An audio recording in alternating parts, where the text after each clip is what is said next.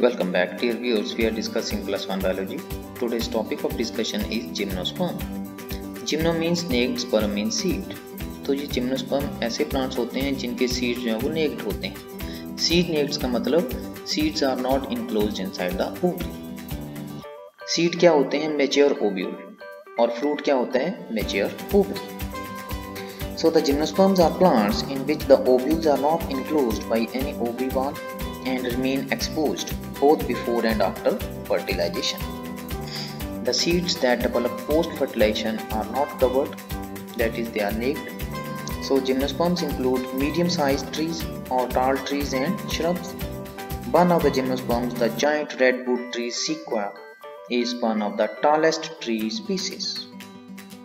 The roots are generally taproot.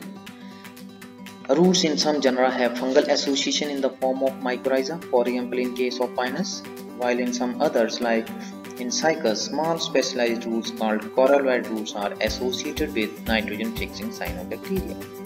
इनमें जो root की अगर हम बात करें तो टैप रूट सिस्टम पाया जाता है। कुछ प्लांट्स हैं जैसे पाइनस, उनमें जो रूट्स हैं they form symbiotic association with fungi, that symbiotic association is known as mycorrhiza. तो माइकोराइजा जो है वो it helps in the absorption of nutrients. और अगर हम साइकस की बात करें तो इनमें कोरलोइड रूट्स पाए जाते हैं। कोरलोइड रूट्स ऐसी रूट्स होती हैं जिनमें नाइट्रोजन फिक्सिंग साइनोबैक्टीरिया पाए जाते हैं, जो कि नाइट्रोजन फिक्सेशन करते हैं, जो कि प्लांट को फिर नाइट्रोजन की सप्लाई देते हैं। The stems are unbranched in case of Cycas और branched in case of Pinus और सिट्रस। ये डायग्राम आप देख सकते हैं। ये है साइकस का प्लांट, इसमें जो स्टेम है वो अनब्रांच्ड है, सीधी है। ये पाइनस का प्लांट है, आपने डेली लाइफ में देखा होगा, इसकी जो स्टेम है वो ब्रांच्ड है, बहुत सारी ब्रांचिंग है, यहाँ पर आप देख सकते हैं। जो लीव्स हैं दे मे बी सिंपल और compound. In cycas the pennate leaves persist for few years. The leaves in gymnosperms are well adapted to withstand extremes of temperature, humidity and wind. अब जो जिम्नोस्पर्मस प्लांट्स होते हैं वो एक्सट्रीम टेम्परेचर, ह्यूमिड और extreme wind condition में पाए जाते हैं, इसलिए उनकी जो लीव्स होते हैं they are modified accordingly, they are adapted accordingly. In conifers the needle like leaves reduce the surface area. Conifers की बात करें जैसे पाइनस है, उनमें जो लीव्स होते हैं they are reduce to needle like structures. तो नीडल लाइक स्ट्रक्चर होगी तो सरफेस एरिया लीव का कम हो जाएगा, जिससे जो वाटर का लॉस है ट्रांसपिरेशन के द्वारा वो कम हो जाएगा। Their thick cuticle and sunken stomata also help to reduce water loss. Thick cuticle और संकन स्टोमेटा भी वाटर लॉस को कम करते हैं। अब ये डायग्राम के माध्यम से हम थोड़ा लाइफ साइकिल के बारे में इसको समझने की कोशिश करेंगे। इसको आप ध्यान से अगर हम समझेंगे तो आगे आपको कोई भी दिक्कत नहीं आएगी। यहाँ से हम शुरू करेंगे। ये है मेन प्लांट बॉडी जिसको हम स्पोरोफाइट बोलते हैं। स्पोरोफाइट जो है इसके प्रत्येक सेल जो है वो डिप्लॉयड होते हैं। स्पोरोफाइट जो है वो जिम्नोस्पर्म में वेल डिफरेंशिएटेड होता है। ट्रू रूट, स्टेम, लीव्स में ये डिफरेंशिएट होता है। अब जो जिम्नोस्पर्म है इनमें कोन्स की फॉर्मेशन होती है। जो माइक्रोस्पोरोफिल और मेगास्पोरोफिल्स हैं they aggregate to form male and female cones. यहाँ पर ये फीमेल कोन है और ये मेल कोन है। Female cone is nothing but it is aggregation of megasporophyll. इसका जो इंडिविजुअल यूनिट है ये है मेगास्पोरोफिल।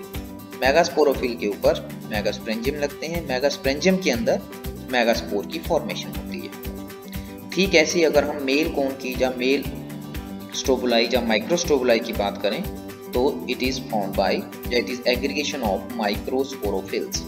एक माइक्रोस्पोरोफिल के ऊपर माइक्रोस्पोरेंजियम लगे होते हैं। माइक्रोस्पोरेंजियम जो है वो चैम्बर लाइक स्ट्रक्चर है जिसके अंदर माइक्रोस्पोर की फॉर्मेशन होती है। माइक्रोस्पोर मदर सेल जो है जो म्यूसिस करते हैं, उसके बाद माइक्रोस्पोर की फॉर्मेशन होती है। माइक्रोस्पोर फिर आगे पोलन ग्रेन की फॉर्मेशन करते हैं। मीन्स माइक्रोस्पोर ही डेवलप करके आगे पोलन ग्रेन का निर्माण करता है। तो यहाँ पर ये न्यूसेलिस है पूरा। न्यूसेलिस में एक सेल जो है वो डिफरेंशिएट करके मेगास्पोर मदर सेल के रूप में काम करता है। मेगास्पोर मदर सेल में फिर मियोसिस होती है। मेगास्पोर मदर सेल है, इसमें मियोसिस होगी तो 4 मेगास्पोर की फॉर्मेशन होगी। 4 में से 3 डीजेनेरेट कर जाएंगे और एक फंक्शनल मेगास्पोर रहेगा।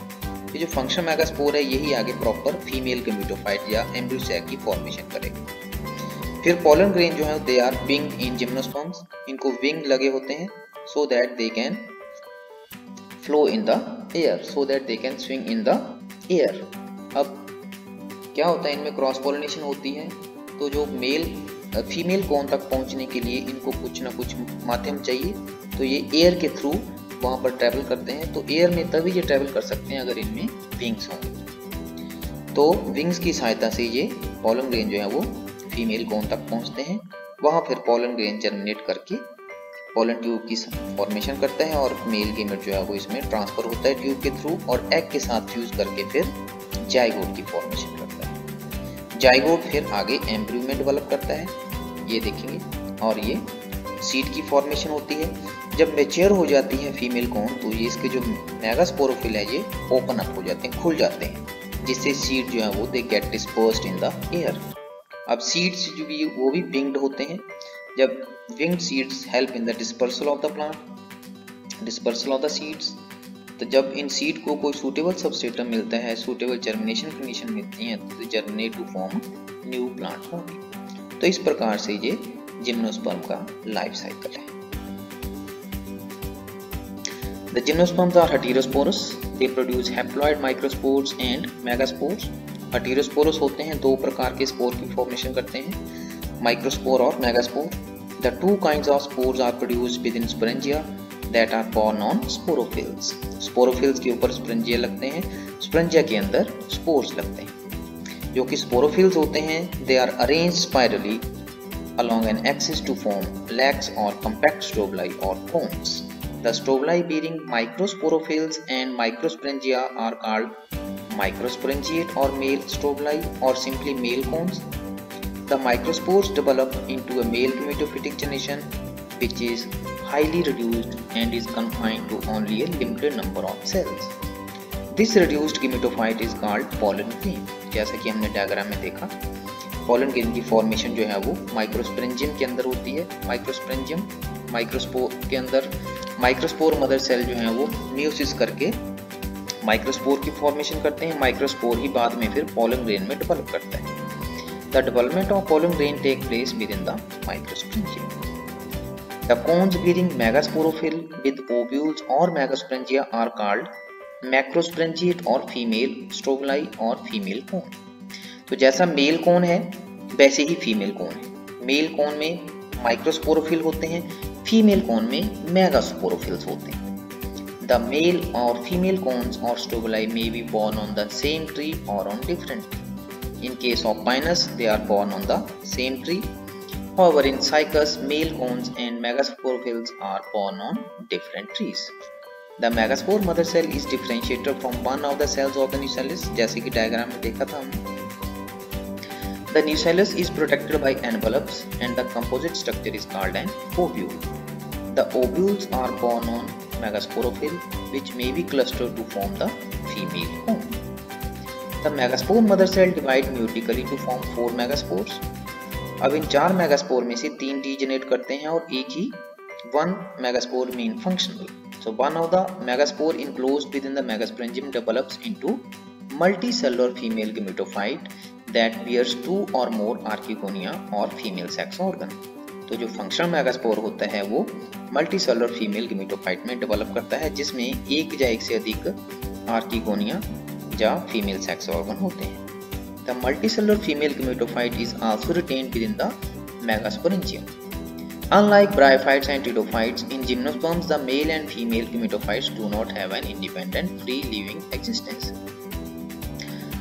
अगर हम जिम्नोस्पर्म की बात करें और इनको कंपेयर करें ब्रायोफाइट और टीडोफाइट्स में, ब्रायोफाइट और टीडोफाइट्स में गेमेटोफाइट और स्पोरोफिटिक जो प्लांट बॉडी थी वो इंडिपेंडेंट थी, अलग अलग थी, लेकिन जिम्नोस्पर्म में ऐसा नहीं है। जिम्नोस्पर्म में जो गेमेटोफाइट है वो शॉर्ट लिव्ड होता है, that is represented by only gametes. They remain within the sporangia, retained on the sporophyte. The pollen grain is released from the microsporangium. They are carried in air currents and come in contact with opening of the ovules borne on megasporophyll. Air current द्वारा pollen grain जो है वो transfer किए जाते हैं। pollen grain जो है वो winged होते हैं, मेगास्पोरोफिल तक पहुंचते हैं The pollen tube carrying the male gametes grow towards archegonia in the ovules and discharge their content near the mouth of the archegonia. तो जो pollen tubes होती हैं जिनके अंदर मेल गेमेट होते हैं, वो जो अपने कंटेंट है वो आर्कीगोनिया के माउथ के ऊपर उनको डिस्चार्ज कर देते हैं, जिससे मीन्स कंटेंट मीन्स उसके अंदर मेल गेमेट है। उसके बाद फिर फर्टिलाइजेशन होती है। Following fertilisation zygote develops into an embryo and the ovules into seed. These seeds are not covered। तो ये सीड जो है वो कवर्ड नहीं होते। तो आज की वीडियो में इतना ही। Thank you very much.